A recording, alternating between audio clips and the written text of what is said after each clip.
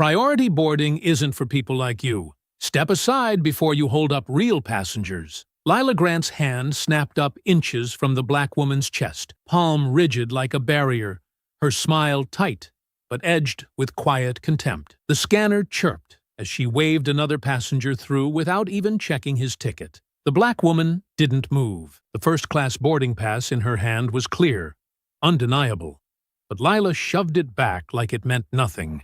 "Don't make this difficult," Daniel Reeves cut in, stepping closer, his voice rising just enough to draw attention. "You're already causing a scene." Phones lifted. A few people exchanged looks, already deciding who was right. The black woman felt every stare pressing in, every assumption hanging heavy in the air, but her posture never shifted, her expression calm, controlled. She glanced once at the terminal clock. 9 minutes. That was all it would take for them to realize they had just tried to remove the one person who owned everything around them. Before continuing, comment where in the world you are watching from, and make sure to subscribe because tomorrow's story is one you can't miss.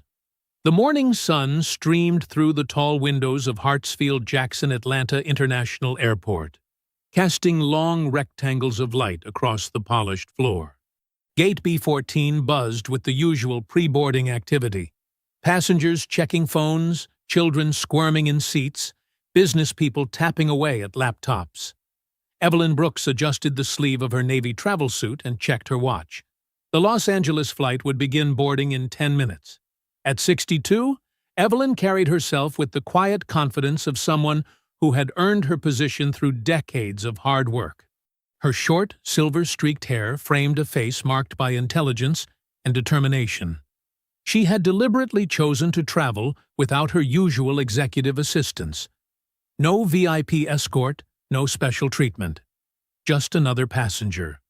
That was the point, after all. How could she truly understand her airline if she only experienced it from the executive suite? The gate agent announced priority boarding for first class and elite status members. Evelyn lifted her leather bag and approached the priority lane, boarding pass ready in hand. "Ma'am, you need to stop right there." Lila Grant, the young gate agent, threw up her hand like a traffic cop, palm flat and forward.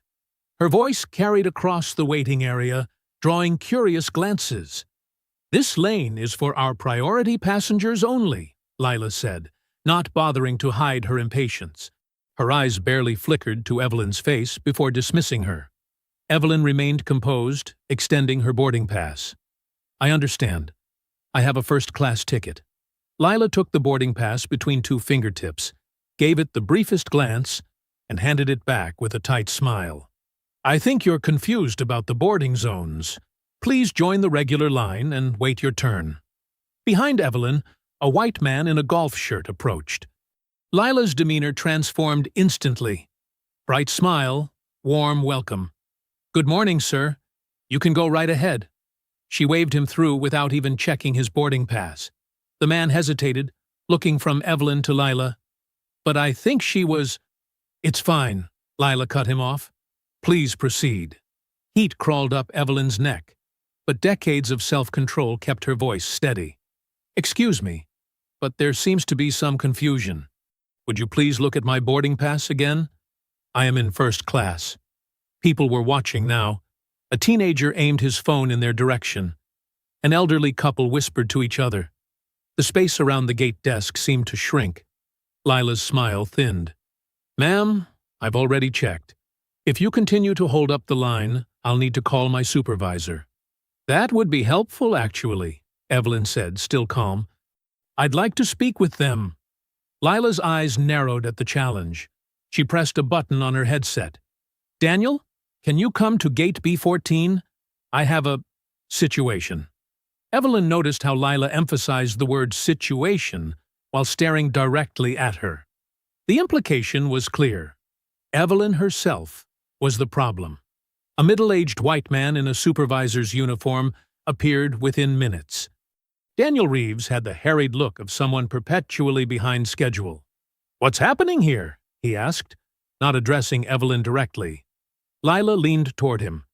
This passenger insists she should be in the priority lane. She's disrupting our boarding process. Daniel finally looked at Evelyn, his assessment quick and dismissive. Ma'am, our gate agents are trained professionals. If she says you're in the wrong line, you need to follow instructions. I haven't been given the courtesy of having my boarding pass properly examined, Evelyn said. She held it out again. I'm in first class, seat 2A. Daniel barely glanced at the pass. Sometimes people get confused about how boarding works. Or perhaps this isn't your ticket. The name on this pass is Brooks.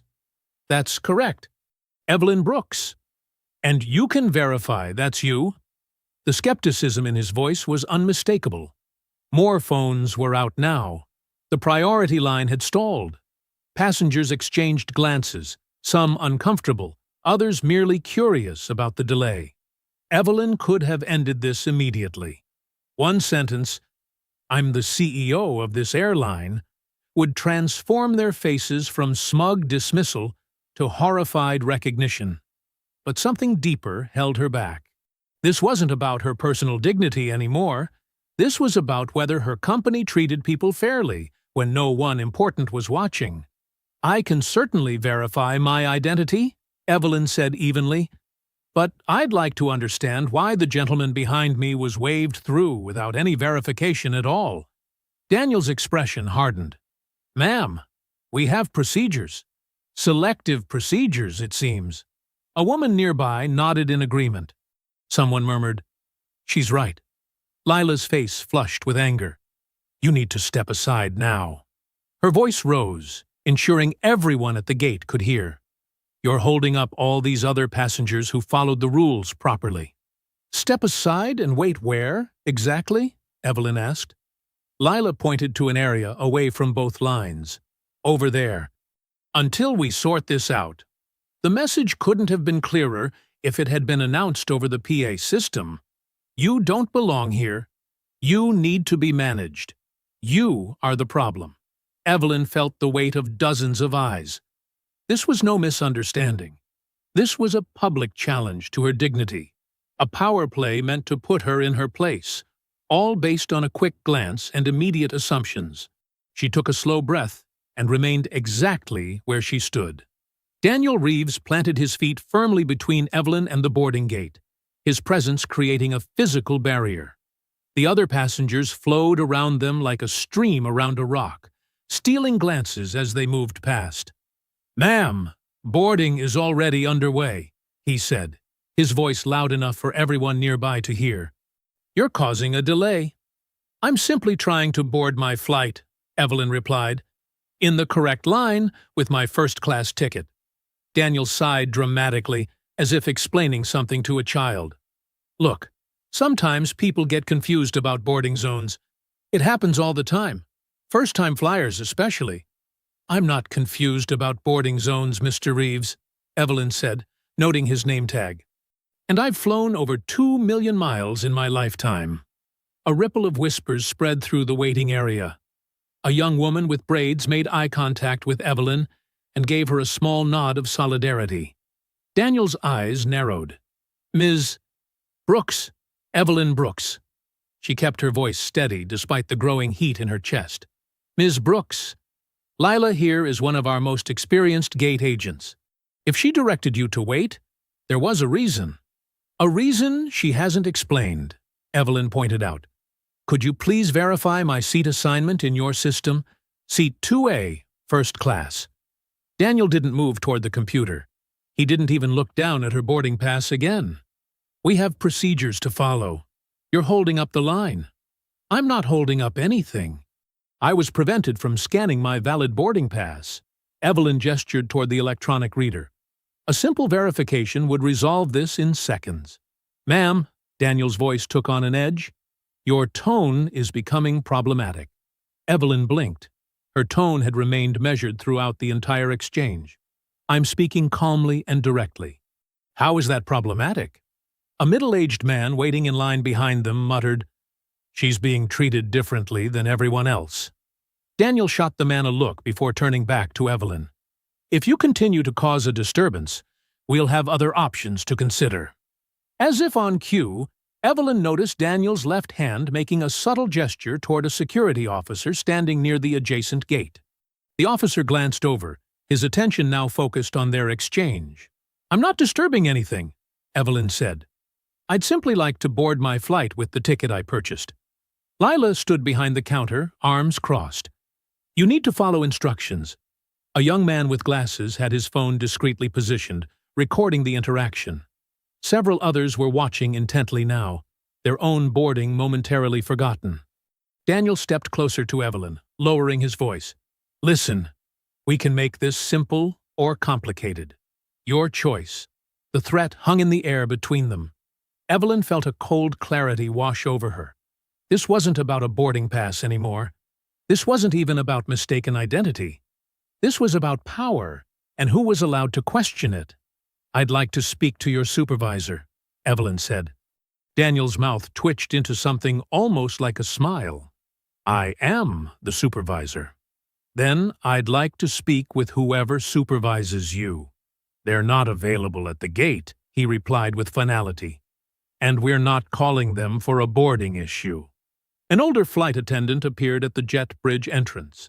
She glanced at the commotion, her eyes moving from Daniel to Evelyn with a flicker of uncertainty. For a moment, it seemed like she might intervene.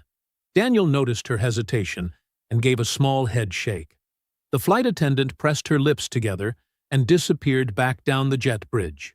"Ms. Brooks," Daniel said, his patience visibly thinning, "here are your options. You can step aside voluntarily and wait while we complete boarding, or—" He gestured toward the security officer who was now watching them directly. "You can be removed from the boarding area entirely." The threat hung in the air, transforming what began as disrespect into open aggression. Evelyn stood perfectly still, aware of every eye on her, aware of the phone's recording, aware of how quickly this could escalate if she showed even a hint of the anger building inside her. What had started as a simple boarding had become a public humiliation, one designed to force her into submission rather than address the actual issue. "Those are my only options?" she asked quietly. "Those are your only options," Daniel confirmed, satisfaction evident in his tone. "What's it going to be?" "Those are my only options?" Evelyn asked quietly. "Those are your only options," Daniel confirmed, satisfaction evident in his tone. "What's it going to be?" A movement near the jet bridge caught Evelyn's eye.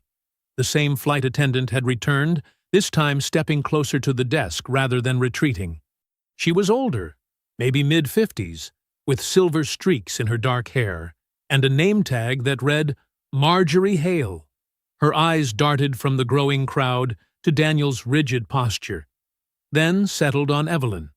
Security was already making their way toward the gate, responding to Daniel's earlier signal. Marjorie moved behind the counter, positioning herself where she could see Evelyn's boarding pass that still lay on the counter.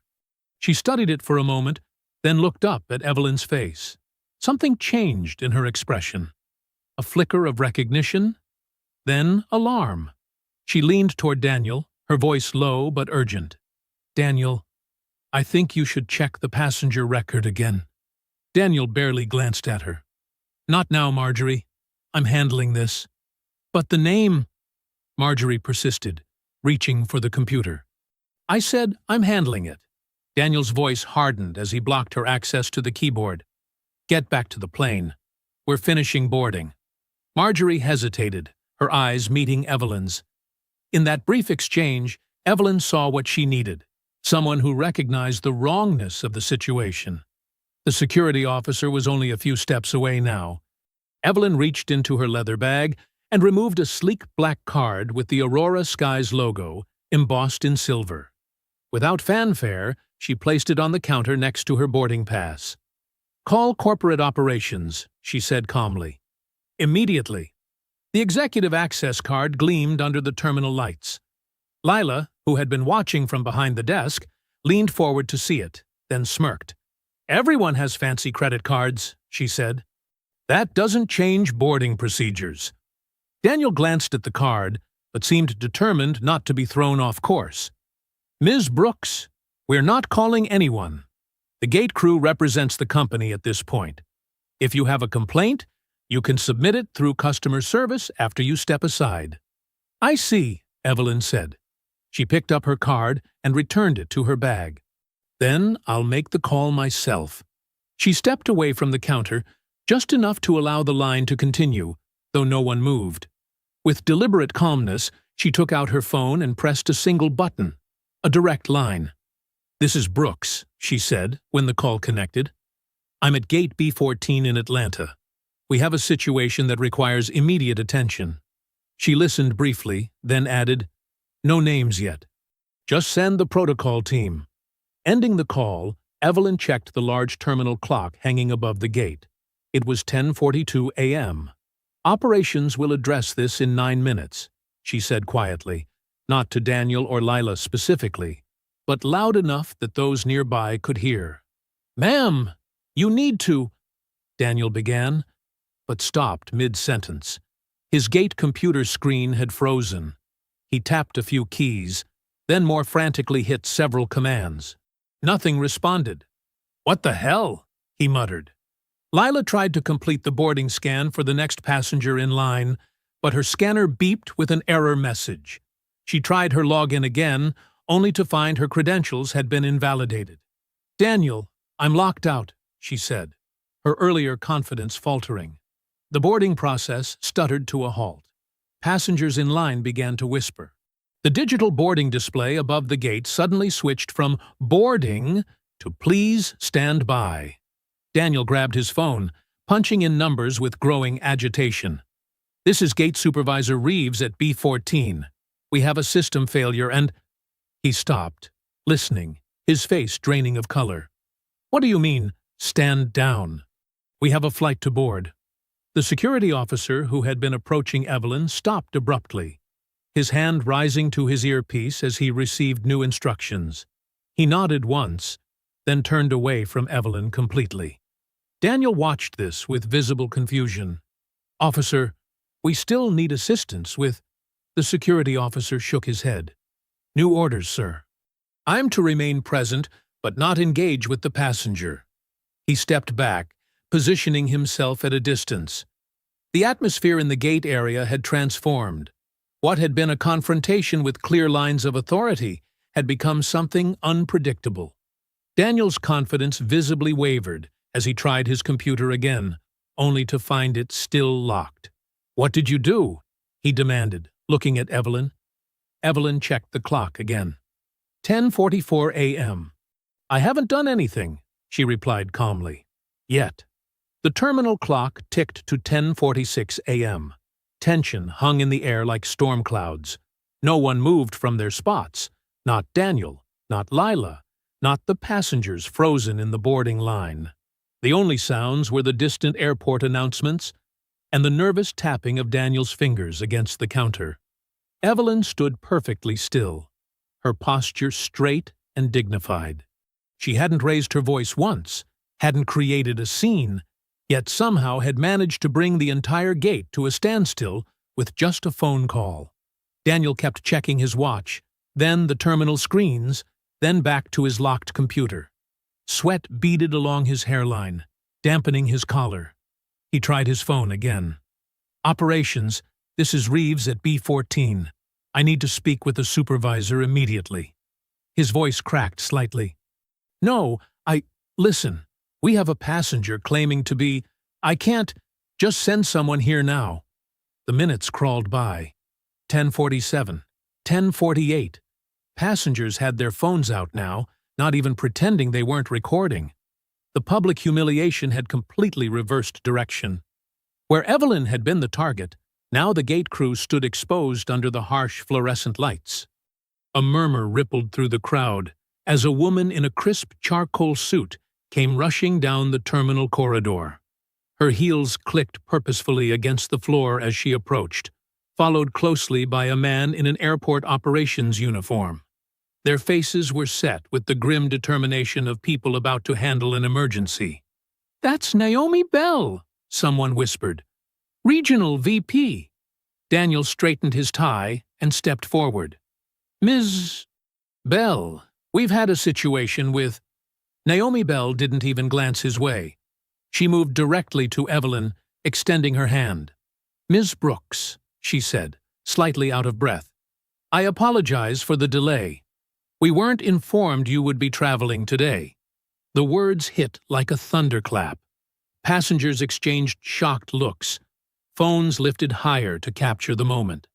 Lila's mouth fell open. The color drained from her face as realization dawned. The passenger she'd dismissed, the woman she'd tried to force out of line, was Evelyn Brooks, the CEO of Aurora Skies Airlines. "Ms. Brooks," Daniel repeated, his voice barely audible. "As in?" "Your chief executive officer," Naomi confirmed coldly. She turned back to Evelyn. "What happened here?" Evelyn handed over her boarding pass, the same one Lila had barely glanced at earlier. "I attempted to board my flight in the first-class lane, as indicated on my ticket. I was denied, dismissed, and nearly removed from the gate by security." Naomi examined the boarding pass, then looked sharply at Daniel. "This is clearly a first-class boarding pass. Untouched. Not even scanned." "There must have been some confusion," Daniel stammered. "We were following procedure for what?" Evelyn spoke for the first time since Naomi's arrival. Her voice was low but crystal clear, carrying throughout the gate area. "For profiling passengers? For making assumptions based on appearance? For refusing to verify information when directly asked?" Daniel's mouth opened and closed, but no sound came out. Evelyn checked the terminal clock one last time. 10:51 a.m. Exactly 9 minutes since her call. "You had 9 minutes," she said, addressing both Daniel and Lila. 9 minutes to treat one paying passenger with basic respect and dignity. You failed at every step. You didn't verify my ticket when asked. You escalated rather than resolved. You threatened rather than assisted." Her words carried no heat, just precision, which somehow made them more devastating. "Mr. Reeves, Ms. Grant," Evelyn continued, using their names though they'd never properly introduced themselves. "Your employment with Aurora Skies Airlines is terminated, effective immediately." Gasps rippled through the crowd. Lila's face crumpled.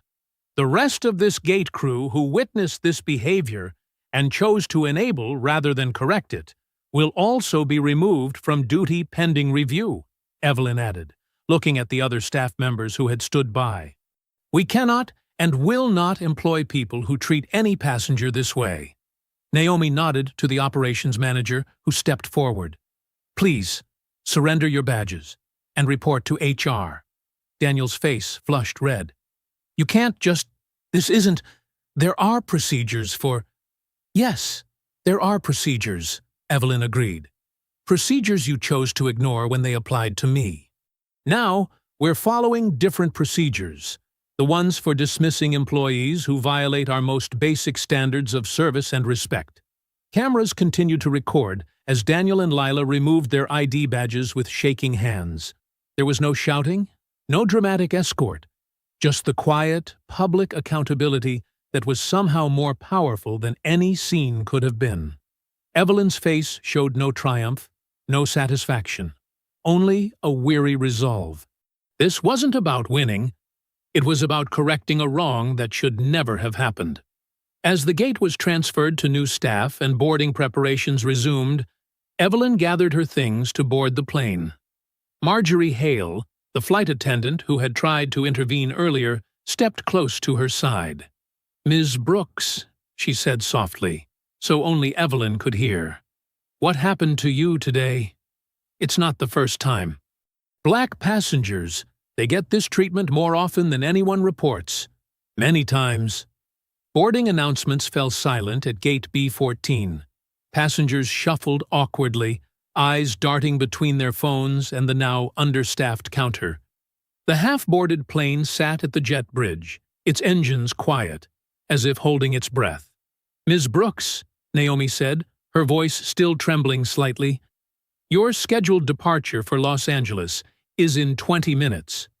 We can expedite your boarding and ensure—" "I won't be going to Los Angeles today," Evelyn said firmly. She turned toward Marjorie, the flight attendant's words still echoing in her mind. "Tell me more about these other incidents." Marjorie glanced nervously at the crowd of passengers within earshot. "Perhaps somewhere more private?" Evelyn nodded, but before they could move, a passenger stepped forward, a middle-aged black woman in a business suit. "It happened to me too," she said. 3 months ago. Same gate, same supervisor." Her voice was steady, but her eyes held old anger. "I filed a complaint. Nothing happened." Another passenger joined in. "My mother was treated this way last Christmas. They made her miss her flight home." Evelyn's jaw tightened.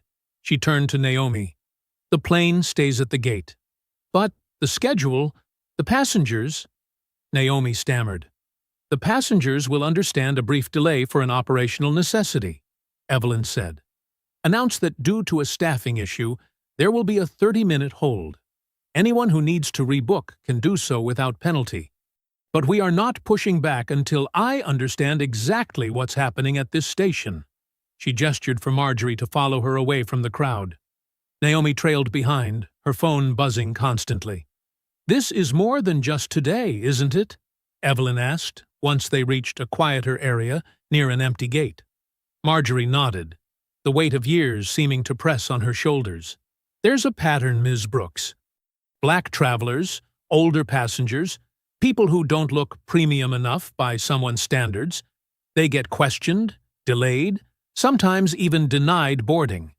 It's never officially about race or age, always about procedure or security concerns." "And the complaints?" Evelyn asked. "They file them, but nothing happens," Marjorie explained. "The reports get handled by the local supervisors, the same people causing the problems. Then they just disappear." Evelyn turned to Naomi. "You're the regional VP. Did none of this reach your level?" Naomi's face flushed. "There were rumors, occasional complaints that made it to my office, but never enough documentation to establish a pattern. The reports I did see were always classified as passenger misunderstandings or security protocols. Or they never reached you at all," Evelyn said, her voice flat. The realization hit her like a physical blow. If this could happen to her, the CEO, what chance did ordinary passengers have?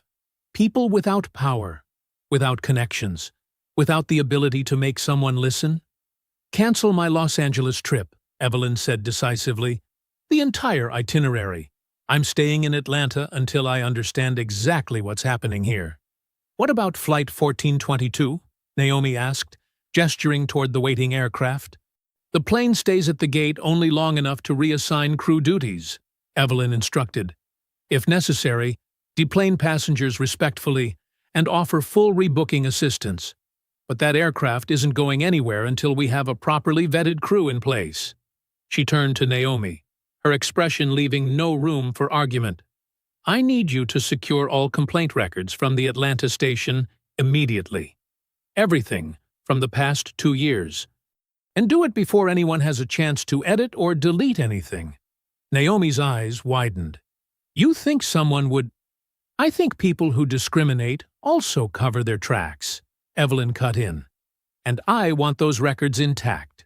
"The station operations office is upstairs," Marjorie offered. "That's where all the local files are kept." Evelyn nodded. "Then that's where we're going. Right now." The 3 women moved with purpose through the terminal, past curious onlookers and busy travelers who had no idea of the investigation unfolding in their midst. Evelyn's mind raced with questions. How deep did this go? How many passengers had suffered in silence? How had this happened under her watch? They took an elevator marked "Authorized Personnel Only," Naomi's badge granting them access to the administrative level above the main concourse. The contrast was immediate, from the colorful, bustling terminal to sterile hallways with fluorescent lighting and blank walls. The operations office door required another badge swipe. Inside, staff members looked up in surprise as Evelyn entered. Few recognized her immediately. She rarely visited individual stations, but the presence of their regional VP made it clear this wasn't a routine visit. "This is Evelyn Brooks," Naomi announced, her voice carrying unexpected authority. "CEO of Aurora Skies." The room fell silent. Evelyn wasted no time.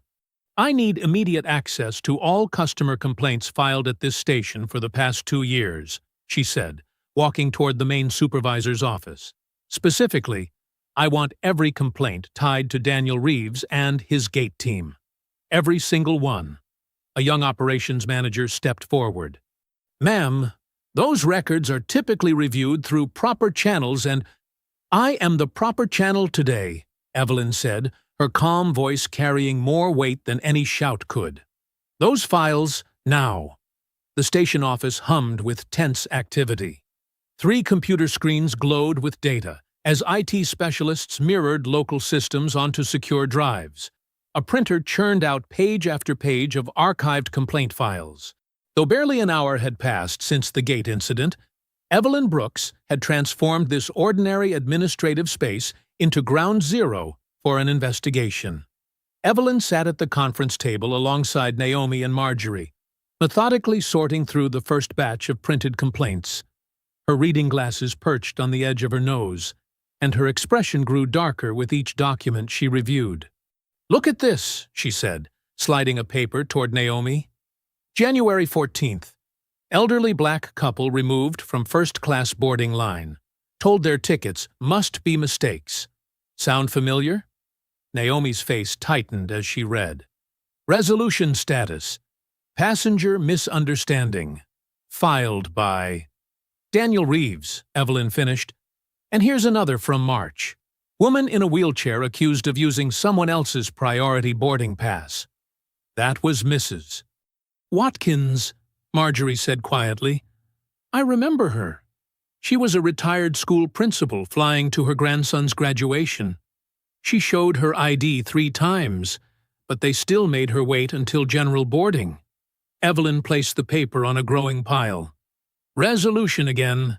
Passenger misunderstanding. Closed within 4 hours of filing." The IT specialist approached with another stack. "Ma'am, we've retrieved complaints from the past 6 months. There are a lot of them." "How many?" Evelyn asked. 43, that match your search parameters," he replied. "All involving Atlanta gate staff, all with similar patterns." Evelyn nodded grimly. "Continue the search back to 2 years, as requested." As they worked through more files, a disturbing pattern emerged. Certain names appeared repeatedly in the approval chain for dismissing complaints. One name stood out. "Harold Pierce," Evelyn said, tapping her finger on a signature line. "Senior Operations Executive. He's signing off on these dismissals across multiple hubs, not just Atlanta." Naomi's hands trembled slightly as she gathered her own stack of documents. "I've worked with Harold for years. He oversees service compliance for the entire Southeast region. If he's involved, then this isn't isolated to Atlanta," Evelyn completed her thought. Marjorie leaned forward. "It's not just what's in those reports," she said. "It's what happens every day that never gets reported. Black travelers asked for extra ID checks when white passengers aren't. Business class customers challenged about whether they really belong there. The way some gate agents speak to older black customers, like they're trespassers instead of paying passengers." She paused, her voice dropping. "Most people just want to get to where they're going. They don't file complaints. They swallow their dignity and move on." Evelyn set down her pen and looked directly at both women. "Not anymore. Not on my airline." She pulled out her phone and made a call to her executive assistant. "Jacob, I need you to arrange an immediate internal audit. Complete discretion. Use external auditors who report directly to me. Focus on customer complaint resolution across all stations, particularly involving boarding procedures and priority access." After ending that call, she immediately dialed the head of corporate security. "This is Brooks. I need you to preserve all access logs and surveillance footage from Gate B14 today. Every camera angle, every second. And I want it secured off-network before anyone else knows we're looking." Naomi looked alarmed. You think someone might try to delete evidence? I think when people hide discrimination, they usually hide other things too, Evelyn replied. The IT specialist approached again, this time with a tablet. Ms. Brooks, we've recovered today's security footage from the gate area. Would you like to review it now? Evelyn nodded, and they gathered around the screen. The footage showed Daniel Reeves at the gate, directing passengers. The timestamp matched Evelyn's arrival. They watched as Daniel smiled and waved through 3 white passengers in business attire without checking their boarding passes. Then Evelyn approached, and his body language shifted immediately. He straightened, put out his hand to stop her, and demanded her documents. Pause it there, Evelyn said quietly. The screen froze on Daniel's face, his expression a mix of suspicion and authority as he looked at Evelyn. This isn't about misunderstandings, she said, her voice controlled but vibrating with intensity. This is deliberate, and we now have it on video.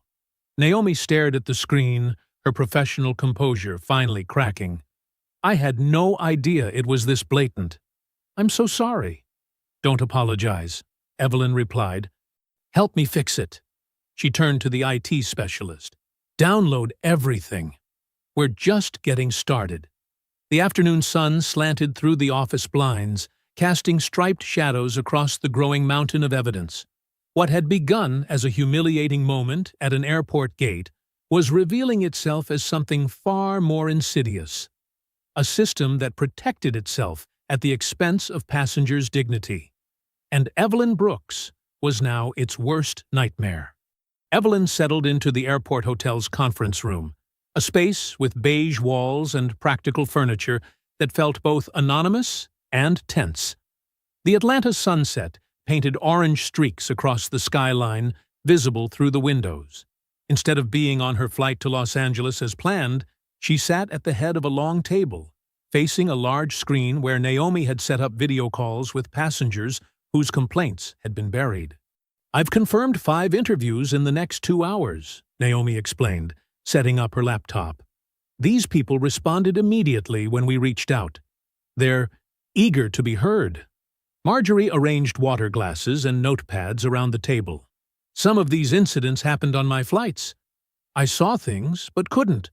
She stopped herself. I should have tried harder. We'll address that later, Evelyn said firmly. Right now, I need to hear their stories directly. The first call connected. On screen appeared Walter Jenkins, a distinguished black man in his 70s with silver hair and kind eyes that couldn't hide his lingering hurt. Mr. Jenkins, thank you for speaking with us, Evelyn began. I'm Evelyn Brooks, CEO of Aurora Skies. The man's eyebrows rose. The CEO herself?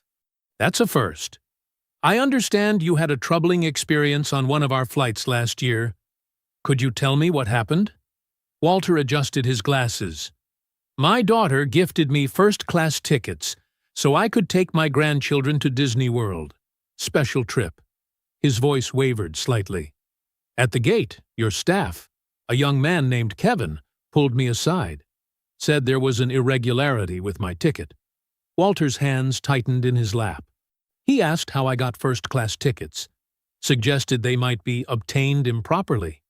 My grandchildren, 10 and 8 years old, were right there, hearing every word, watching their grandfather being treated like a criminal. Evelyn felt sick. What happened then? He made us wait while he verified the tickets. 30 minutes, people staring.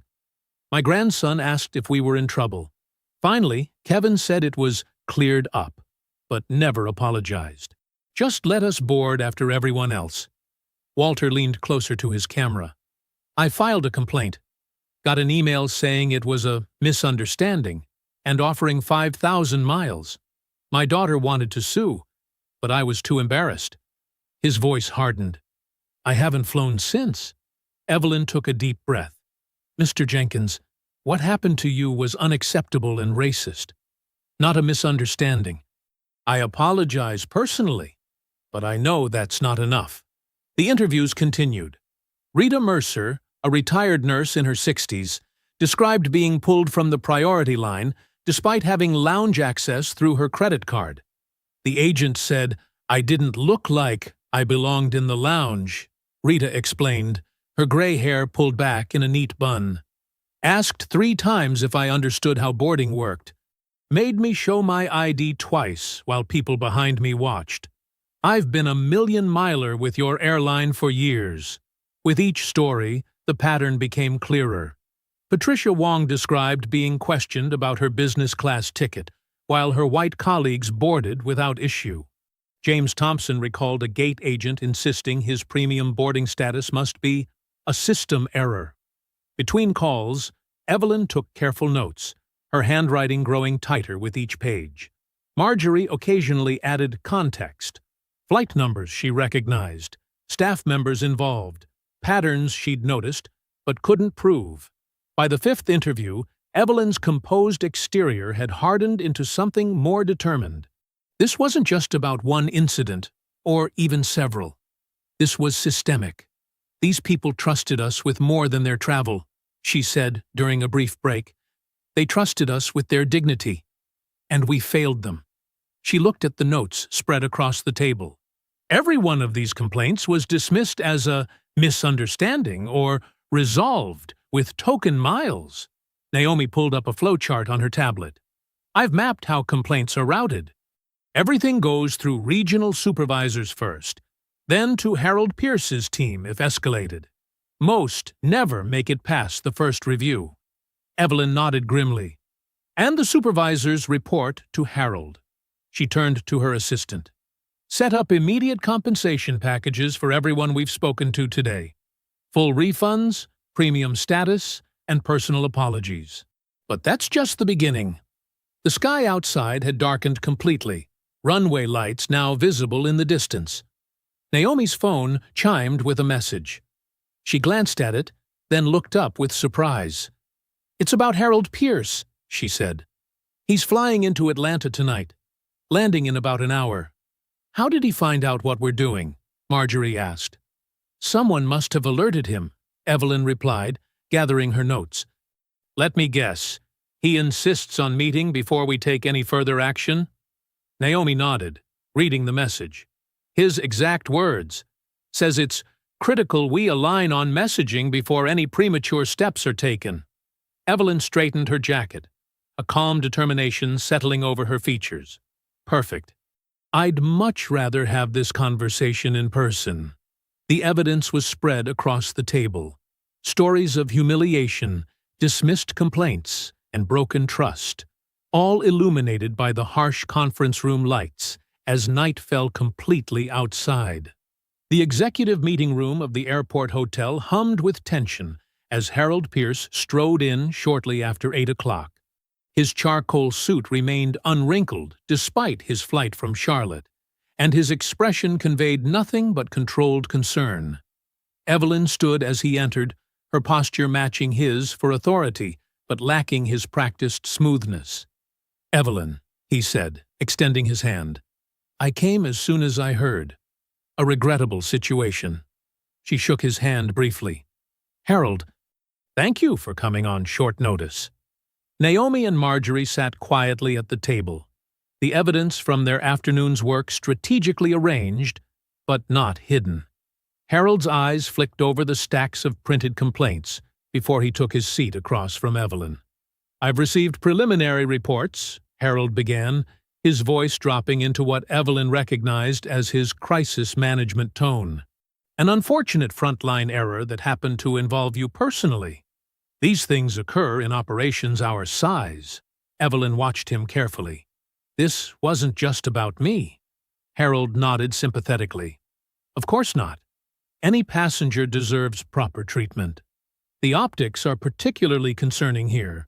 A black woman, our CEO no less, experiencing discrimination at our own gate. I've drafted a statement for tomorrow that frames the immediate dismissals as decisive leadership while reaffirming our values." He slid a tablet across the table with a prepared press release. Evelyn glanced at it without touching the device. "Your statement mentions an isolated incident," she noted. Best practice in these situations, Harold replied. We address what happened, take visible action, and avoid language that suggests systemic misconduct. The firings send a clear message, without inviting broader scrutiny. Evelyn pushed forward a folder of complaint records. We've been reviewing similar reports all afternoon. Black passengers questioned about their tickets. Older travelers removed from priority lines. People challenged about lounge access based on appearance. Dozens of cases, Harold. Harold's expression didn't change, but his fingers tightened slightly on his pen. Every airline receives thousands of service complaints. Context matters here. What percentage are we talking about? How many were verified? Customer perceptions aren't always aligned with operational realities. Naomi watched his face as he spoke, noting how his concern seemed directed at containing the story rather than addressing the harm. We've personally spoken with multiple passengers, Evelyn countered. Their stories aren't perceptions, they're experiences, and nearly all their complaints were dismissed at the local level. Harold leaned back slightly. That's standard procedure. Local supervisors filter everyday service issues from serious incidents. It's efficiency, not concealment. Then why didn't these reach executive review? Evelyn pressed. A pattern this consistent should have triggered alerts. Harold's smile remained but thinned noticeably. Our protocols include statistical thresholds to separate signal from noise. Legal advised years ago that every allegation of bias can't receive senior treatment without overwhelming the system. Legal advised, Evelyn repeated. Who specifically? Outside counsel, Harold replied smoothly. Standard practice across the industry. Ask any airline. Marjorie, who had been silent until now, cleared her throat. Mr. Pierce, I've been flying for 30 years. Crews were taught which passengers to flag as potential problems. Not officially, but it happened. Harold's calm demeanor cracked briefly. That's simply not accurate, Ms. Hale. We have documented service standards that apply to every passenger. On paper, yes, Marjorie continued, undeterred by the executive's dismissal. But supervisors like Daniel Reeves told crews which passengers deserved extra verification. Young black men traveling alone. Older people who might need assistance but hadn't requested it. Anyone who doesn't look the part of premium class. That's an inflammatory accusation without evidence, Harold snapped, his practiced patience slipping. If there were isolated misconceptions among staff, that's precisely why we have training. Training you oversee, Evelyn noted quietly. Harold straightened his already perfect tie. Evelyn, I understand you had a personally upsetting experience today, but elevating this into a company-wide crisis based on anecdotal reports would be reckless. The dismissals were appropriate. A measured statement is prudent. Anything more risks shareholder confidence and invites litigation. The conversation continued for nearly 2 hours. Harold presented statistics showing complaint rates in line with industry averages. Evelyn countered with evidence of systematic dismissal of certain types of complaints. The longer they talked, the more Harold's responses focused on protecting the airline's reputation rather than addressing passenger dignity. After Harold finally left, promising to review protocols but making no concrete commitments, Evelyn remained at the table with Naomi and Marjorie. The digital clock on the wall showed 10:42 p.m. He's going to bury this, Naomi said quietly. Evelyn looked at the evidence spread across the table, then at Marjorie's tired but determined face. She pulled her laptop closer and opened a new document. No, he's not, she said firmly. This isn't something we can handle quietly anymore.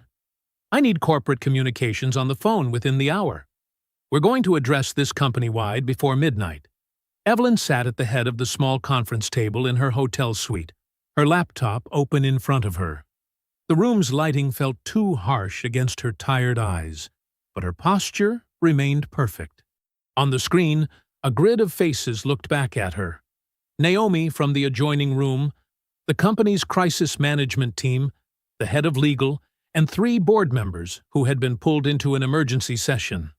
"I want to be absolutely clear," Evelyn said, her voice firm despite the exhaustion pulling at her. "What happened today wasn't an isolated incident. It represents a failure at multiple levels, and I take full responsibility for not catching it sooner." She shared her screen to display a spreadsheet summarizing the complaints they'd uncovered in just the past few hours. "Effective immediately, we're implementing the following changes," she continued, switching to a document outline. "First, all discrimination complaints will be reviewed by an independent third-party firm, not internal management. Second, mandatory retraining for all customer-facing staff, starting with our hub locations. Third, we're removing station-level discretion on how bias incidents are categorized and reported." The head of legal, a sharp-eyed woman named Victoria, cleared her throat. "Ms. Brooks, I support addressing this issue, but this timeline could create significant exposure." "Our exposure already exists," Evelyn cut in. "The question isn't whether we'll face consequences, but whether we'll deserve them. I'm also establishing a direct passenger hotline that reports straight to headquarters, bypassing local management entirely." Naomi nodded on screen. "I've already contacted 3 independent review firms that specialize in aviation customer experience. They can begin assessment as early as tomorrow." The urgency in the virtual room was palpable. Keyboards clicked as the communications team drafted statements. The head of operations mapped out training logistics. By 11:45 p.m., they had the framework of a comprehensive response plan. The board chair, a distinguished woman with silver-streaked hair, spoke up. "Evelyn, I've known you for 15 years. Your handling of this situation today shows exactly why you lead this company. The board supports these measures. We need to get ahead of this before it becomes a media nightmare." For the first time since that morning, Evelyn felt a small wave of relief. The nightmare of being publicly humiliated at her own airline's gate had transformed into something purposeful. They were moving forward. "We've identified 62 passengers with similar complaints from the past year alone," Naomi reported. "Our outreach team will begin contacting them tomorrow, with personal apologies and appropriate compensation." Marjorie, who had been quietly observing from a chair against the wall, looked up. "Maybe the worst part of today will finally lead to something clean," she said softly. "I've seen so many problems get buried over the years. This feels different." Evelyn nodded to her. "It is different, because we're not just fixing a procedure. We're changing a culture." The final person to join the call was Harold Pierce. His expression remained oddly serene as he listened to the decisions that had already been made. When Evelyn asked for his input on implementation, he merely nodded. "I'll ensure operational compliance," he said smoothly. "Though I would caution that public crises punish companies that lose message discipline. We should be careful about admitting systemic issues before we've confirmed their scope." Something in his tone made Evelyn uneasy, but she pushed the feeling aside.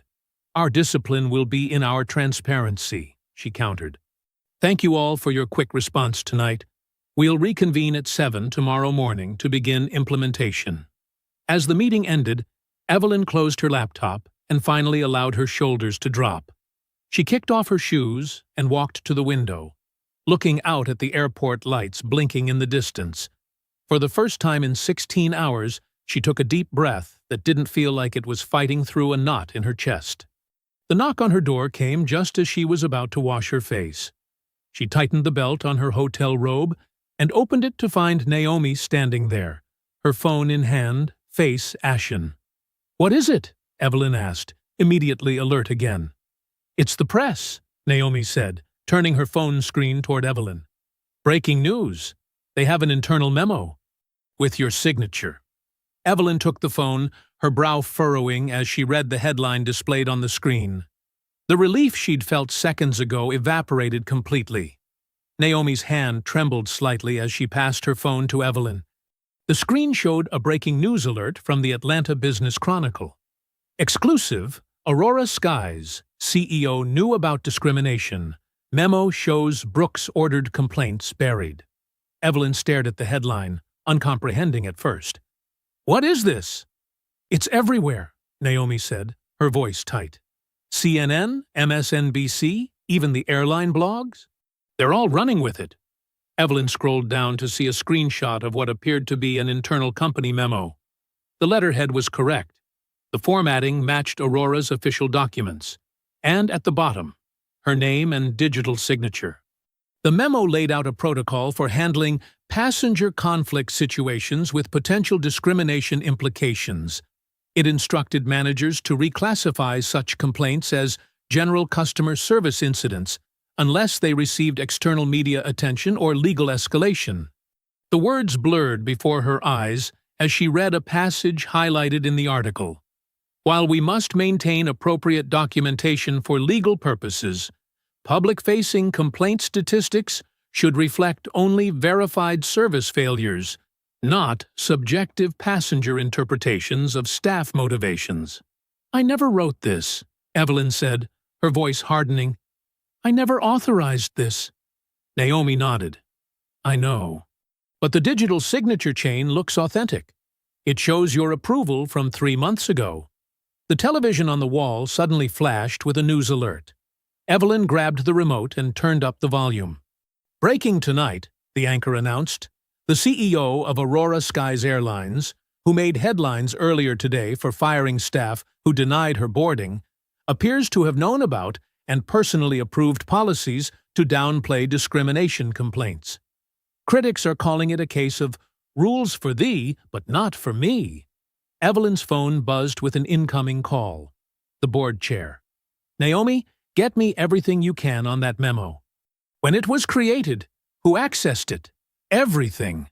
As Evelyn answered the call, Naomi stepped into the hallway to give her privacy, only to return seconds later with Marjorie, who looked stunned. "Ms. Brooks," the board chair's voice was clipped. "I need an explanation. We just backed your reform announcement, and now this surfaces? The timing is catastrophic." "The memo is fake," Evelyn replied firmly. "I never wrote or approved it. The digital authentication shows otherwise. It was processed through our secure document system with your credentials. Then, someone used my credentials without authorization." There was a heavy pause. "That's a serious accusation.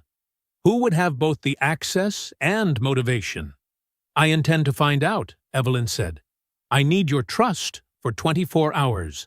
Trust is in short supply right now, Evelyn. Our stock is already down 3% in after-hours trading. Social media is calling for boycotts."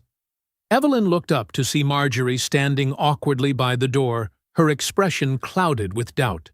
"Do you believe this?" Evelyn asked her directly. Marjorie hesitated. "I want to believe you, but that memo explains a lot about what's been happening. How complaints disappeared. Why nothing ever changed." The betrayal in that moment cut deeper than the public humiliation at the gate. Evelyn ended her call with a promise to provide evidence of the forgery by morning. Her phone rang again immediately. Harold Pierce. "Evelyn, I've just seen the news," he said, his voice a perfect blend of concern and professionalism. "This is deeply unfortunate timing." "Did you know about this memo before tonight?" she asked bluntly. "Of course not," he replied, sounding mildly offended. "I'm calling to offer support. The board is understandably concerned about stability. It might be prudent for you to step back temporarily while we investigate. I can manage operations in the interim." The calculation behind his words was suddenly crystal clear. "That won't be necessary, Harold," she said evenly. "I'll handle this personally." After ending the call, Evelyn turned to Naomi. "I need the IT security team on this immediately. Full audit of document access and authentication logs." Naomi nodded grimly. "And if we find tampering?" "When we find tampering," Evelyn corrected her. "Whoever did this was clever enough to forge my signature, but careless enough to contradict everything in my leadership history." After Naomi and a still uncertain Marjorie left, Evelyn sat alone in the silent hotel room. She opened her laptop and pulled up the memo again, studying it with cold fury. The language was formal, but distinctly not hers. The policy outlined was exactly what she would never approve. She knew with absolute certainty that someone inside her own leadership team had orchestrated this.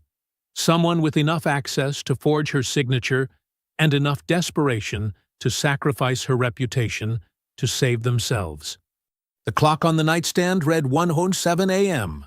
Less than 18 hours ago, she'd been a respected CEO heading to a routine meeting. Now she was fighting for her career, her company, and the truth itself. At 1:15 a.m., Evelyn Brooks stood by the hotel room window, her reflection ghostly against the tarmac lights below. Sleep wasn't an option. She had changed from her travel suit into a black cashmere sweater and slacks. Comfortable, but still commanding. The remains of room service coffee grew cold beside her laptop. "We need everything," she said, as Naomi arranged the hotel desk into a makeshift command center. Not just the memo, but the bones underneath it. On the video screen, Aurora Airlines' head of cybersecurity, Marcus Jennings, nodded grimly. His office in Chicago was fully lit, despite the hour. Team members visible behind him. "Ms. Brooks, we're mirroring the document management system now," Marcus said. "Metadata doesn't lie even when people do." Evelyn's approach was methodical, not emotional. Rage wouldn't recover what was stolen from her. Only evidence would. "I want approval chain logs for every version of this document. Creation timestamps, access records, server authentication points. If this memo breathed on our network, I want to know when and how." Naomi worked her phone furiously, typing between calls. "The board chair is asking for a statement by 6 a.m. Tell them I'm conducting a security investigation into document forgery before making any public statements. Ask for 4 hours to present evidence of tampering." "They're talking about a temporary suspension, Evelyn," Naomi warned. "Then they better be prepared to reverse it publicly when I prove this is fabricated." Evelyn's voice was steel, not fire. 4 hours. That's all I need." A quiet knock interrupted. Marjorie Hale stood in the doorway, her face drawn with exhaustion and remorse. "I shouldn't have doubted you," she said simply. "After all these years watching passengers get treated unfairly, I should have known better than to think you were behind it." Evelyn gestured her in. "We don't have time for apologies. I need information." Marjorie stepped inside, twisting her hands together. "Something's been bothering me since we started digging. About 6 months ago, I overheard Daniel, the supervisor you fired today, telling another gate agent that head office had specific instructions for coding passenger complaints. Certain words needed to be avoided in reports." Evelyn's eyes narrowed. "Which words?" "Discrimination, profiling, race." Marjorie looked down. "He said using those terms triggered unnecessary escalation and to use service failure instead." "Did he mention who at head office?" Naomi asked. "No names, just that it came from upstairs and would protect everyone's performance reviews." Evelyn turned back to the screen. "Marcus, search for procedural memos about complaint classification over the last year. And check who had template access to my signature block." By 2:30 a.m., the hotel room was littered with coffee cups and takeout containers. Marcus's team had created a document timeline on a shared screen, highlighting anomalies in yellow. "Here's what we know," he said, circling a section. "The leaked memo shows a creation date from 8 months ago, but its digital signature uses an encryption key that wasn't implemented until 4 months ago." "So it was backdated," Evelyn concluded. "Precisely. And the document was created using a privileged template account that belongs to Executive Administrative Services." Naomi leaned forward. "Harold Pierce's executive assistant has access to that." "More than access," Marcus continued. "The revision history shows document fragments created on her workstation, but final assembly happened offline before being uploaded to the system as a completed file." Can you prove it wasn't me? Evelyn asked directly. Your authentication records show you were in a board meeting during the final document upload. Unless you can be in two digital places at once, you couldn't have authorized it. By 3 a.m., the evidence was mounting. The forged memo wasn't a panicked response to today's gate incident. It was part of a calculated structure of concealment, activated now as a weapon against Evelyn. This isn't just about covering mistakes, Evelyn said quietly. It's systematic. Marjorie nodded. They've been burying these complaints for years. I just never knew how high it went. Marcus's voice cut through their conversation. Ms. Brooks, we found something else. When we searched complaint classification protocols, we discovered a related compliance training recording in the archive. It was flagged for deletion, but hadn't been purged yet. His fingers moved across his keyboard. Playing it now. Harold Pierce's unmistakable voice filled the room. Listen, I understand your concerns, but these racial complaint designations are killing our metrics. The board sees these numbers. Investors see these numbers. We need these reclassified as general customer satisfaction issues. Nothing specifically about discrimination should appear in quarterly reports. A different voice responded, but if passengers are specifically reporting racial profiling, then they're misinterpreting normal security procedures. Harold cut in sharply.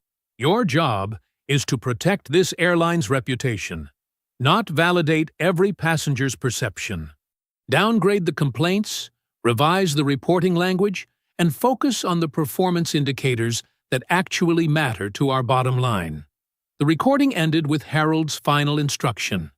This conversation never happened. Silence filled the hotel room for several seconds before Evelyn spoke, her voice dangerously quiet. It seems Mr. Pierce forgot that compliance recordings are automatically archived. Naomi stared at the screen. This was from 11 months ago, and it destroys his plausible deniability. Evelyn straightened her shoulders. Make a secure copy of that recording. Then wake up our general counsel.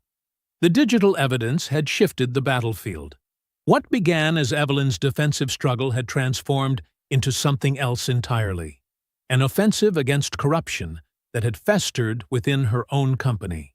Pre-dawn light crept through the windows of the private conference suite near the terminal. The sky over Atlanta had barely begun its transformation from black to gray, as Evelyn sat at the head of a polished table, her eyes fixed on the screen before her. Naomi stood by the door, fielding urgent calls while keeping others at bay. Marjorie, who had refused to leave despite the hour, sat quietly with her hands folded. Play it again, Evelyn said. I want to hear every word.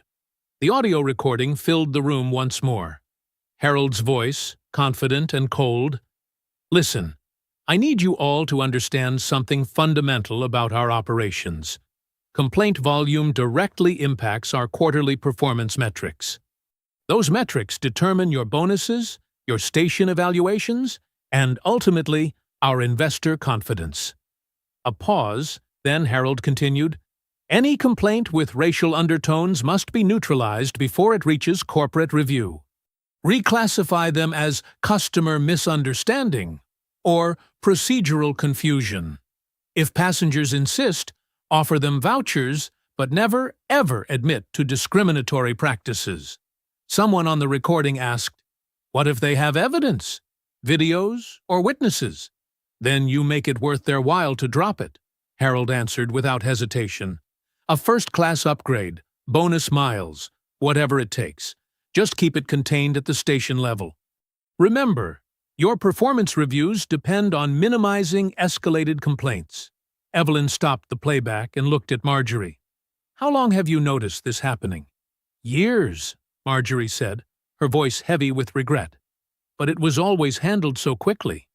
Black passengers would complain, then suddenly they'd be pulled aside, given something free, and the complaint would disappear. I thought they were being taken care of. I didn't realize they were being silenced. The entire system was designed to reward concealment, Evelyn said, her fingers tapping against the table. Gate agents like Daniel were just the visible part. Behind them stood supervisors, station managers, and executives who all benefited from keeping complaints buried. Naomi approached the table. The board chair is waiting on the secure line. They're concerned about the developing situation. I imagine they are, Evelyn said, reaching for her phone. Tell them I'm sending evidence directly to our outside counsel, to each board member personally, and to the Department of Transportation. Harold won't have time to spin this. While Evelyn briefed the board chair, Naomi turned to her tablet, drafting language for a potential statement. When Evelyn finished her call, Naomi slid the tablet across the table. We should issue this from headquarters as soon as possible. Clean, controlled, forward-looking. We acknowledge issues were discovered, action is being taken, and changes are forthcoming. Evelyn read it, then pushed the tablet back without a word. That's not enough, she said. Not nearly enough. What do you want to do? Naomi asked. Evelyn stood and walked to the window. The airport was coming alive as the first flights of the day prepared for departure. This began at a gate, in public, where I was humiliated because of how I look. That's where the truth needs to be told. She turned back to face them. Schedule a press conference for 11 this morning, here at the airport, gate B14. The same gate? Marjorie asked. Exactly the same gate, Evelyn confirmed. And make sure Harold Pierce is there. Naomi looked alarmed. Evelyn, we can control the narrative better from headquarters. The airport will be chaotic, unpredictable. That's precisely the point, Evelyn said. This isn't about corporate control anymore. It's about facing the truth where it happened. No boardroom shields, no prepared backdrops. Just the reality of where passengers stand every day. The next hours blurred into motion. Security was arranged. Media was notified. The gate area would be temporarily closed to regular traffic. Legal prepared briefing materials while communications drafted talking points. Through it all, Evelyn remained focused, reviewing evidence and preparing herself for what was to come. As the sun fully rose over Atlanta, bringing full daylight to the terminal, Evelyn's phone buzzed with a message from Harold. Think carefully about what you're doing. A public war will destroy this airline. Stocks will plummet. Jobs will be lost. Your legacy will be the CEO who brought down her own company out of personal grievance. There are still ways to handle this privately. Evelyn read the message twice, then typed her reply. Harold, you're mistaken about something fundamental. It wasn't my public humiliation that endangered this airline. It was the years of secrecy, the buried complaints, the systematic erosion of dignity that nearly destroyed us. The truth isn't what breaks us. The lies already did that. See you at the gate. She set her phone down and looked at Naomi and Marjorie. It's time to get ready. Late morning sunlight streamed through the massive windows at gate B14, where less than 24 hours earlier, Evelyn Brooks had stood humiliated. Now, the space had transformed. Portable podiums faced the boarding lane, news cameras lined the perimeter, and a mix of reporters, curious travelers, airport staff, and stone-faced board representatives crowded the area. Evelyn approached the center podium, dressed in a charcoal suit that radiated quiet authority. She carried no notes. Her face showed neither anger nor fear, just calm determination. Marjorie stood off to the side, her presence a silent witness to yesterday's events. Naomi positioned herself near the technical equipment, tablet in hand, ready to present evidence. Harold Pierce arrived 5 minutes before the scheduled start, striding confidently through the terminal. His expensive suit and practiced smile suggested a man who still believed in his ability to manage any crisis. He nodded to several board members, shaking hands with practiced ease. Quite the spectacle, he murmured to the board chair. We could have handled this with a simple press release. The board chair gave him a measured look, but said nothing. At precisely 11 o'clock, Evelyn stepped to the microphone. Camera shutters clicked rapidly. Travelers passing through the terminal slowed. some stopping completely when they realized something significant was happening. "Good morning," Evelyn began, her voice steady and clear. "My name is Evelyn Brooks. I am the CEO of Aurora Skies Airlines. Yesterday, at this exact spot, I was denied boarding onto my own airline's flight." She gestured to the boarding lane behind her. "I was told I didn't belong in the priority line despite holding a first-class ticket. I was spoken to with contempt, accused of confusion, and threatened with removal, all while other passengers received courteous treatment." Evelyn didn't raise her voice, but her words carried throughout the gate area. "What happened to me was wrong, but what makes it unforgivable is that it wasn't an isolated incident. After firing the gate crew responsible, I discovered hundreds of similar complaints from other passengers, predominantly black travelers, elderly customers, and people who simply didn't look right to certain staff members." She paused, letting her words sink in. These complaints were systematically buried. They were downgraded, reclassified, and hidden from executive review. This was not accidental. It was policy. Harold shifted his weight, his smile fading as he glanced toward the exit. "Last night, someone attempted to sabotage our investigation by releasing a forged memo that appeared to show I knew about these practices and approved them." Evelyn's gaze swept across the crowd. "That document was created using executive access codes, backdated and leaked to the press in a desperate attempt to protect those truly responsible." Murmurs rippled through the gathered crowd. "Ms. Brooks," Harold called out, stepping forward with practiced concern. "This is hardly the appropriate forum for unverified allegations that could damage—" The board chair raised a hand. "Mr. Pierce, you'll have an opportunity to respond. Please allow Ms. Brooks to finish." Harold's jaw tightened, but he stepped back. Evelyn nodded to Naomi, who tapped her tablet.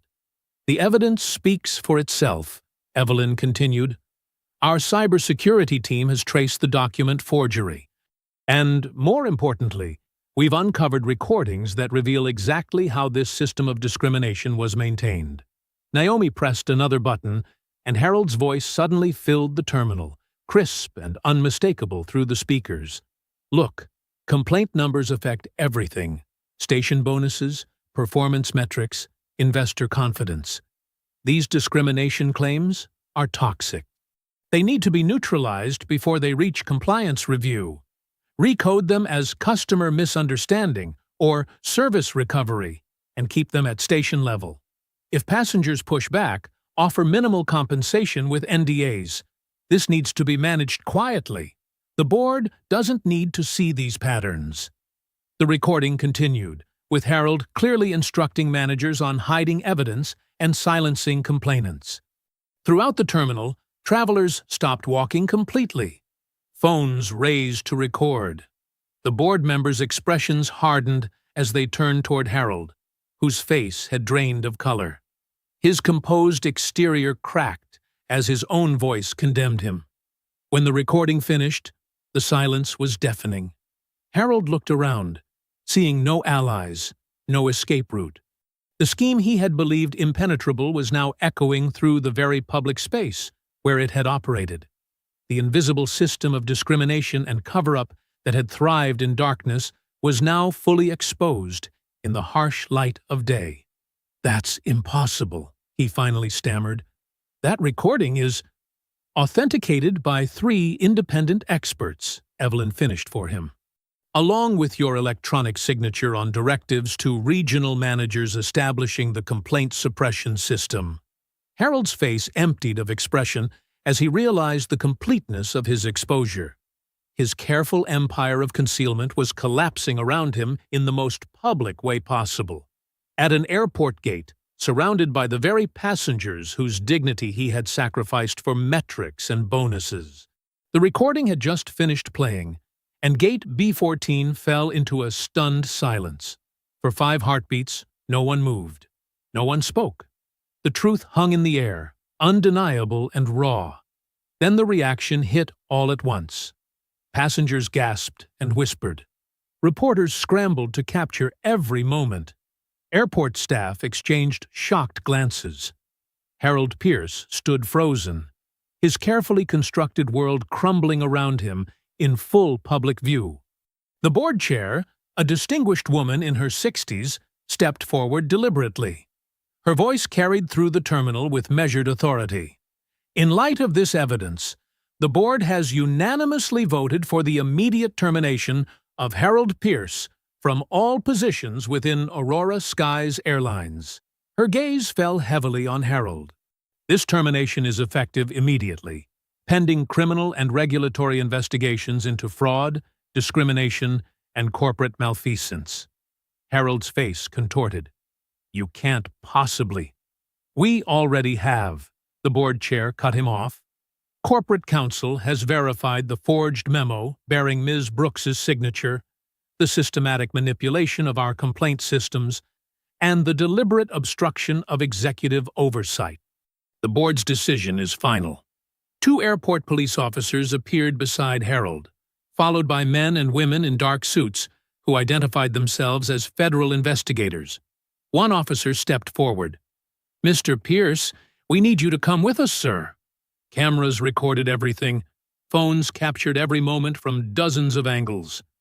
The public consequence playing out matched Evelyn's public humiliation in visibility. But where her experience had been chaotic and unjust, this response was measured, precise, and deserved. Harold's shoulders slumped as the officers guided him away. The man who had dismissed thousands of complaints, who had built a system to silence the humiliated, now walked the same terminal floor where it all began, stripped of his power and heading toward accountability. Evelyn watched him go, her face showing not triumph but resolution. Then she turned back to the microphones. "What happened yesterday wasn't an isolated incident," she said. "And what we've uncovered isn't just about one executive. It's about systems that allowed abuse to hide in plain sight." She unfolded a single sheet of paper. Effective immediately, Aurora Skies is implementing the following measures. First, we will establish a $50 million restitution fund for passengers who experience discrimination on our flights. We will proactively reach out to every person whose complaint was improperly coded or dismissed. Murmurs of approval rippled through the crowd. Second, all discrimination claims will now trigger automatic independent review outside our management chain. Third, we will publish quarterly accountability reports tracking these incidents and our responses. Complete transparency, no exceptions. Evelyn paused, then continued with increasing passion. Fourth, we are creating a new passenger advocacy department staffed by people who understand that dignity isn't a premium service. It's a human right. And finally, we're promoting employees who had the courage to intervene ethically, beginning with Marjorie Hale, who will head our new passenger advocacy team. Marjorie, standing nearby, blinked back tears as applause broke out. Naomi Bell will oversee hub-by-hub implementation of these changes, Evelyn added, nodding toward Naomi. She'll have my direct authority and an independent budget to ensure these aren't just promises, but actions. The crowd that had watched Evelyn be disrespected now witnessed the powerful architect of that disrespect removed from authority. The vindication unfolded not in private boardrooms, but in the same public space where injustice had thrived. One reporter called out, "Ms. Brooks, will you resign over this scandal?" Evelyn shook her head firmly. "I built this airline to bring dignity to air travel. I failed to see the rot beneath our wings, and for that, I take full responsibility. But I will not abandon my duty to fix what broke under my watch. Leadership isn't just about success. It's about accountability when things go wrong." As Harold disappeared from view, escorted toward waiting authorities, Evelyn turned from punishment to repair. She stepped away from the podium and moved closer to the gathered passengers. Her posture shifted subtly, less the CEO protecting a brand, more a steward restoring broken trust. "To our passengers, especially those who were mistreated, I make this promise. What happened here will change not just policies, but culture. Because an airline isn't planes or routes or profit margins. It's the promise that when you step into our care, you will be treated with dignity, regardless of who you are. The words settled across Gate B14, where just yesterday Evelyn had stood alone against institutional disrespect. Now she stood at the center of institutional renewal. The very public humiliation transformed into equally public justice. Early afternoon sunlight streamed through the windows of Concourse B, casting long rectangles across the polished floor.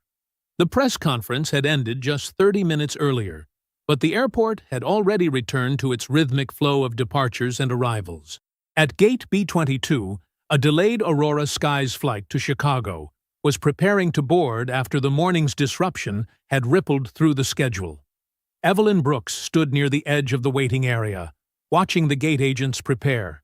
She had options: the corporate offices upstairs, the executive lounge, or even a private car back to headquarters. But something pulled her toward this ordinary flight instead. "Are you sure about this?" Naomi asked, checking her watch. "We have the emergency board call in 2 hours." "I'll make it back in time," Evelyn said. "But I need to see this." The new gate team, hastily assembled after the morning's terminations, moved with careful precision. No passenger was waved through without proper verification, yet no one was subjected to unnecessary scrutiny. The lead agent, a woman with silver-streaked hair and calm eyes, made eye contact with each traveler. Evelyn approached the boarding area just as pre-boarding was announced. Conversations quieted as passengers recognized her from the news coverage that had been playing on every airport screen all morning. She stepped forward, not to cut the line, but to address the waiting travelers. "Good afternoon," she said, her voice carrying without a microphone. "I'm Evelyn Brooks, and I want to personally assure you that what you may have witnessed or heard about today marks a turning point for Aurora Skies." Passengers lowered phones and removed earbuds, giving her their full attention. From this moment forward, dignity will never depend on appearance, race, age, or status on our airline. That's not a slogan. It's a promise I'm here to keep. Her words were simple, but carried the weight of the morning's revelations. A man in a business suit nodded. An elderly woman clutched her boarding pass a little less anxiously. "Thank you for your patience today," Evelyn concluded. "And thank you for the opportunity to earn back your trust." Near the jet bridge entrance, Marjorie Hale stood in her familiar flight attendant uniform, but with a new pin identifying her as Interim Director of In-Flight Culture and Training. The promotion had been announced just an hour ago, yet she already carried herself with visible steadiness. This was the woman who had recognized something wrong and tried to intervene, now empowered to ensure others would do the same. "Good afternoon, everyone," Marjorie greeted the first passengers. "Welcome aboard." Naomi positioned herself behind the gate counter, overseeing the new team with careful attention. These agents had been specifically briefed. Verify facts before asserting authority. Treat confusion as an opportunity for assistance rather than confrontation, and recognize that respect costs nothing but means everything. When priority boarding was called, Evelyn remained where she was, waiting her turn with the other passengers. A few people glanced at her questioningly, perhaps expecting the CEO to bypass the line. "Zone 2, Ms. Brooks?" a young man asked, noticing her standard boarding pass. "Just like everyone else," she confirmed with a small smile. When her zone was called, Evelyn joined the line. The gate agent, a young black woman who must have felt the weight of the morning's events, took Evelyn's boarding pass and scanned it with professional efficiency. "Seat 12A, window seat," she said, meeting Evelyn's eyes. "Have a good flight, Ms. Brooks." No excessive deference, no spectacle. Just simple courtesy. Exactly what had been denied to her 24 hours earlier. "Thank you," Evelyn replied. As she moved forward, she felt the symbolism of crossing this threshold that had once become a barrier. She passed through the scanner without incident, walked down the jet bridge, and stepped onto the aircraft. Marjorie greeted her at the door with the same warm professionalism she offered every other passenger. "Welcome aboard, Miss Brooks." Evelyn nodded her thanks and made her way down the aisle to her seat. No fanfare announced her presence. No special accommodations disrupted the normal boarding process. This invisibility was precisely the point. The freedom to travel without attention, without challenge, without having to prove you belong. She settled into 12A, placed her bag beneath the seat in front of her, and fastened her seatbelt. A family with 2 small children took the seats across the aisle.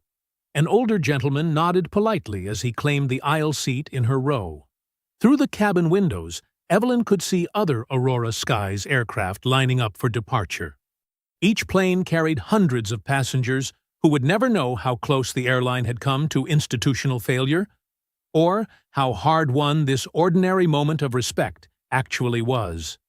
The captain's voice came over the intercom, welcoming everyone aboard and explaining their route to Chicago.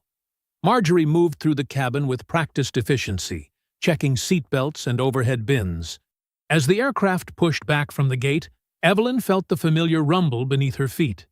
The plane taxied toward the runway, joining the queue of aircraft waiting for takeoff clearance. Minutes later, the engines roared, and the plane accelerated down the runway.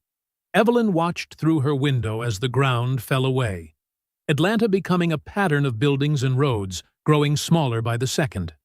In that moment of ascent, she knew with certainty that the company had changed course because she had refused to be pushed aside. Her airline was no longer merely hers by title, but reclaimed by principle, rising not just on thrust and lift, but on the fundamental understanding that dignity wasn't a luxury service, but the foundation of everything that mattered. If you enjoyed the story, leave a like to support my channel and subscribe so that you do not miss out on the next one. On the screen, I have picked 2 special stories just for you. Have a wonderful day.